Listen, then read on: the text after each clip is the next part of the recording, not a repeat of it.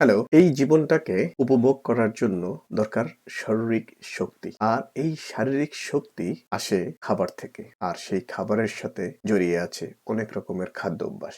আজকে আমরা কথা বলবো এই যে খাদ্যাভ্যাস আছে তার ৩টি প্রধান উপেক্ষিত দিক নিয়ে। এই ভিডিওতে আমি কোনো ডাক্তারি পরামর্শ দিব না, বরং বিজ্ঞান ভিত্তিক এবং এই খাদ্যাভ্যাসের সাথে যে ধরনের বাস্তবতা জড়িত তা নিয়ে একটা আলোচনা, এবং এই আলোচনাটা আমাদেরকে নিজেদের খাদ্যাভ্যাসের ক্ষেত্রে বিভিন্ন রকমের সিদ্ধান্ত নিতে সহযোগিতা করবে। খাদ্যাভ্যাসের সেই ৩টি উপেক্ষিত দিকে যাওয়ার আগে চলুন দেখে নেই শারীরিক শক্তি সেটার দিকে একটু। প্রতিদিন আমাদের প্রায় ২০০০ থেকে ২৫০০ ক্যালোরি শক্তি প্রয়োজন হয়। এটা মহিলাদের জন্য ২০০০, পুরুষদের জন্য ২৫০০-এর মতো। কিন্তু এটা নির্দিষ্ট না, এটা নির্ভর করবে কি পরিমাণ শারীরিক পরিশ্রম করছে তার উপরে। সাধারণভাবে এটা হলো রেঞ্জ। এখন হয়তোবা চিন্তা করছেন এটা কি পরিমাণ শক্তি। মনে করেন টানা ৩ ঘন্টার মতো যদি দৌড়াদৌড়ি করেন তাতে যেই পরিমাণ শক্তির খরচ হবে এটা হলো প্রায় ২০০০ ক্যালোরি। আবার ধরুন যে একটা ল্যাপটপ আপনি যদি ২৪ ঘন্টা চালায় রাখেন সেই ক্ষেত্রেও প্রায় ২০০০ ক্যালোরি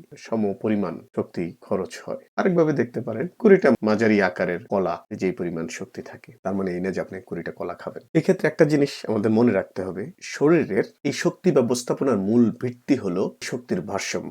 সেই ভারসাম্য বলতে বোঝাচ্ছি হলো খাবার থেকে যে পরিমাণ শক্তি আমরা পেলাম এবং যে বিভিন্ন কাজে যে শক্তিটা খরচ করলাম, এই দুইটার ভিতরে একটা ভারসাম্য থাকতে হবে। সেটার উপরেই নির্ভর করবে শারীরিক সুস্থতা। এই ব্যাপারটাকে যদি আমরা আরেকটু দেখি, আমরা যেই শারীরিক শক্তি পাই সেটা মূলত আসে হলো খাবার থেকে। কিন্তু আরেকটা জিনিস আছে, সেটা হলো যে পানীয়। মনে করেন বিভিন্ন রকমের ফলমূলের জুস বা দুধ, এই জাতীয় পানীয় থেকেও আমরা কিছু শক্তি পাই।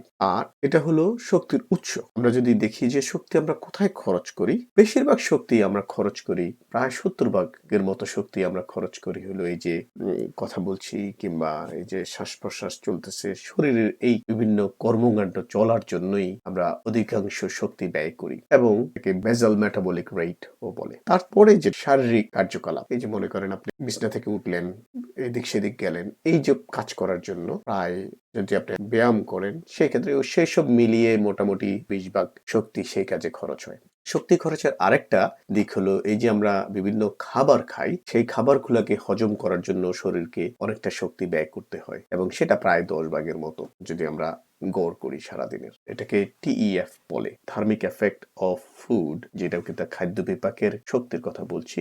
এই খাদ্য বিপাকে কি পরিমাণ শক্তি খরচ হয় সেটা নির্ভর করে হলো কি ধরনের খাবার। যদি মনে করেন প্রোটিন জাতীয় খাবার বলি, যেমন মাছ মাংস, সেগুলোর জন্য শরীরকে অনেক বেশি শক্তি ব্যয় করতে হয়। মাছ মাংস থেকে যেই পরিমাণ শক্তি পান তার ২০ থেকে ৩০ ভাগে খরচ হয়ে যাবে হলো সেটাকে হজম করার জন্য। আবার অন্যদিকে শাকসবজি কিংবা ভাত কিংবা রুটি এই জাতীয় জিনিস চিন্তা করেন, সেক্ষেত্রে প্রায় ১০ ভাগের মতো খরচ হয় হলো এটাকে হজম করার জন্য। আবার চর্বি কিংবা কাঁচা চিনি এই জাতীয় জিনিসের কথা বলি, সেক্ষেত্রে ২-৩ ভাগ খরচ হয়। তো এখানে বুঝতে পারছেন যে আমাদের শরীরে ফ্যাটের দরকার আছে, কিন্তু বেশি ফ্যাট খেলে অথবা শরীরে জমা হয়ে যেতে পারে। আরেকটা জিনিস হলো যে চিনি, সেরকম এই চিনির আরেকটা খারাপ দিক হলো চিনি হলো আপনার এমটি ক্যালোরি খাবার বলে। কারণ যদি আপনি শাক সবজি ফলমূল থেকে সমান পরিমাণ ক্যালোরি নেন, সেক্ষেত্রে আপনি অনেকগুলো ভিটামিন এবং মিনারেল সে ধরনের পুষ্টি পাবেন।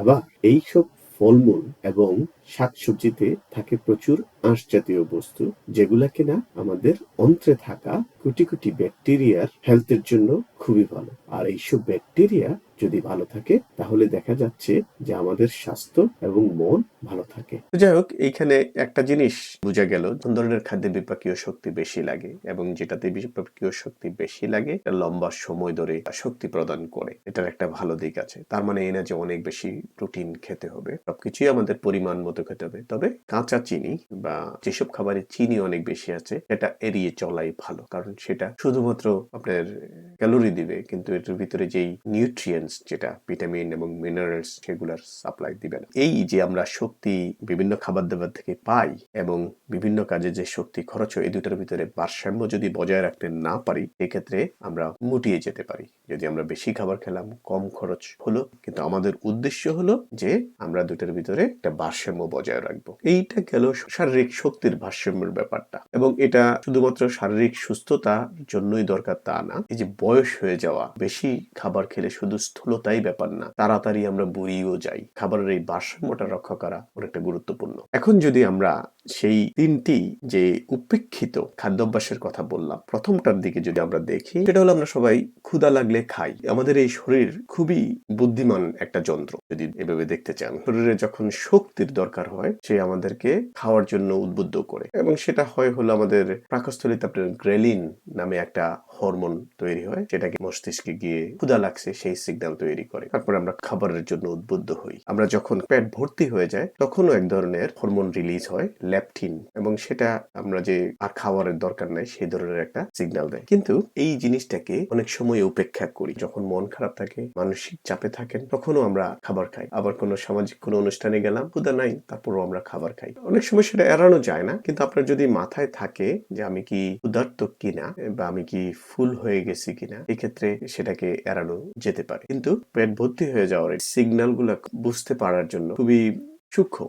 অনেক সময় বলে হলো আপনার অর্ধেক খাওয়ার পরে একটু ধীরগতি হওয়া, তাহলে শরীর সময় পাবে সেই সিগন্যালটা আপনাকে দেওয়ার জন্য। আমরা যে শুধুমাত্র ক্ষুধা লাগলেই খাই তা না, চোখের সামনে খাবার থাকলে অনেক সময় আমরা খেয়ে ফেলি, সেটাও আরেকটা জিনিস আছে। কিন্তু শুধু ক্ষুধা লাগলেই খাওয়া উচিত, সেটাকে আমরা অনেক সময় উপেক্ষা করি। দ্বিতীয় যে উপেক্ষার জিনিসটা, সেটা হলো আমরা সবাই জানি যে আমাদের পরিমাণ মতো খাওয়া উচিত। সেই পরিমাণটা কি, যে আমাদের অর্ধেক প্লেট থাকবে হলো শাকসবজি কিংবা আঁশ জাতীয় খাবার, 1/4 থাকবে হলো আপনার প্রোটিন, মাছ মাংস বা ওই জাতীয়, বাকি 1/4 হবে হলো কার্বোহাইড্রেট, যেটা কিনা ভাত, রুটি, এই জাতীয় খাবার। কিন্তু আমরা সবচেয়ে বড় ভুল যেটা করি, বিশেষ করে আমাদের এই বাঙালি কালচারে, বাংলাদেশ কিংবা পশ্চিমবঙ্গ যদি বিশেষ করে বলি, খাবার টেবিলে শুধু প্লেটে এই খাবারটুকু নিয়ে যায় না, বাটিতে করে খাবার দাবার নিয়ে বসি এবং যতক্ষণ পর্যন্ত না পেট ভরে ততক্ষণ পর্যন্ত খাবার চালিয়ে যাই। সেই ক্ষেত্রে কিন্তু আমরা এই যে পোর্শন সাইজ, সেটা মেনে চলছি না। আমাদের এক বেলায় এক প্লেটই খাবার খাওয়া উচিত। কারণ প্রকৃতির যে আমাদের এই দুটা হাত দিল, এই ডায়াগ্রামে যদি দেখেন, এখানে বলছে হলো এই পরিমাণ যদি আমরা সবজি নেই, এই পরিমাণ প্রোটিন জাতীয় খাবার নেই, এই পরিমাণ যদি আমরা কার্বোহাইড্রেট জাতীয় খাবার নেই, সেই ক্ষেত্রে মনে করেন এক বেলা আমাদের এরকম একটা প্লেট খাবার খেলে হয়ে যায়। এরকম 3 বেলায় আমাদের 3টা প্লেট খাবার খেলে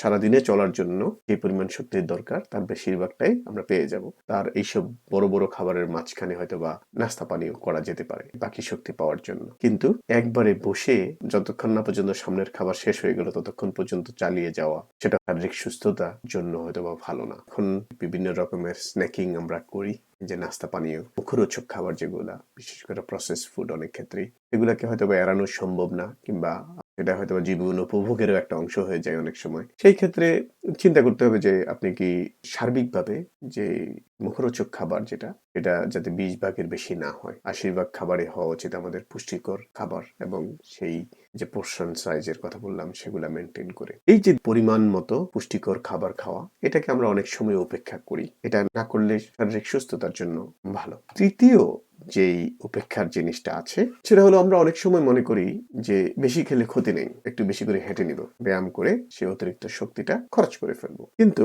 এটা একটা খুবই কঠিন কাজ। যদি আপনাকে একটা উদাহরণ দেই, যে মনে করেন আপনি এক পিস পিজা খেলেন, তাতে করে 300 ক্যালোরির মতো প্রায় আপনার শরীরে যাবে। আর এই 300 ক্যালোরি খরচ করার জন্য আপনাকে প্রায় 45 মিনিট ধরে সাইকেল চালাতে হবে। তাহলে আপনি বুঝেন আমরা যে অতিরিক্ত খাদ্য শক্তি শরীরে নিয়ে আসি, এটাকে ব্যায়ামের মাধ্যমে কমাতে হলে অনেক সময় সম্ভব নাও হতে পারে। সেজন্য এই যে খাবার দাবারের ক্ষেত্রে আমাদের সচেতন কিংবা মাইন্ডফুল ভাবে খাওয়া দাওয়া করতে হবে। এই যে 3টা উপেক্ষিত জিনিস, কোনটা সঠিক সেটা আমরা জানি, কিন্তু অনেক সময় আমরা এই জিনিসগুলোকে উপেক্ষা করি। ক্ষুধা লাগলেই খাওয়া বা শারীরিক সংকেত অনুসারে খাওয়া, এটাকে আমরা অনেক সময় উপেক্ষা করি, বেশি খেয়ে ফেলি। এই যে একবারে এক প্লেটে খাওয়া, এটা আমরা অনেক সময় উপেক্ষা করি। পশ্চিমা বিশ্বে বেশিরভাগ জায়গায় দেখা যায় যে একটা প্লেটে করে খাবার দিবে আপনাকে একবার, কিন্তু ওই পোর্শন সাইজটা মেনটেন করে। তো সেটা প্রথম দিকে বুঝতে পারতাম না, কারণ আমাদের তো মনে করেন সবসময়ের অভ্যাস হলো যে সব খাবার দাবার নিয়ে সামনে বসা এবং যতক্ষণ না পর্যন্ত পেট ভরে চালিয়ে যাওয়া। কিন্তু আসলে চোখের সামনে খাবার থাকলে অনেক বেশি খাওয়া হয়ে যায়। হ্যাঁ, আপনার হয়তো বা কোনো দিন একটু বেশি সার্ভিং লাগতে পারে, হয়তো বা সেদিন আপনি অনেক বেশি কায়িক পরিশ্রম করে ফেলছেন, এটা হিসাব আলাদা। এবং ফাইনাল যেই বিষয়টা, সেটা হলো যে মাইন্ডফুল ইটিং। যখনই খাবার খাচ্ছি তখন একটু চিন্তা করে খাওয়াই ভালো। সেই চিন্তা করলে হয়তো বা চিন্তার ভিতরে ধরা পড়বে মিনারেলস আছে, এই জাতীয় খাবার খাচ্ছেন কিনা, নাকি শুধুমাত্র এমটি ক্যালোরি খাবার খেয়ে ফেলতেছেন। এই 3টা জিনিস আমরা যদি চিন্তা করি খাবার দাবারের ক্ষেত্রে, আমাদেরকে অনেক সাহায্য করবে বলেই আমি মনে করি। কারণ এই 3টা জিনিসই হলো সবচেয়ে বড় উপেক্ষিত জিনিস যখনই আসে খাদ্যাভ্যাসের কথা। শেষ করব একটা কথা বলেই, এই যে শরীরটা আমাদের, এটা হলো এই দুনিয়াটাকে দেখা এবং উপভোগ করার একটা জানালা। তো এই জানালাটাকে আপনি যদি পরিষ্কার এবং প্রস্তুত রাখতে চান, সেক্ষেত্রে খাদ্য এবং শক্তির ভারসাম্য রক্ষা করতে হবে। তাতে করে জীবন আনন্দময় হবে। ভালো থাকবেন, কথা হবে অন্য আরেক ভিডিওতে। ধন্যবাদ।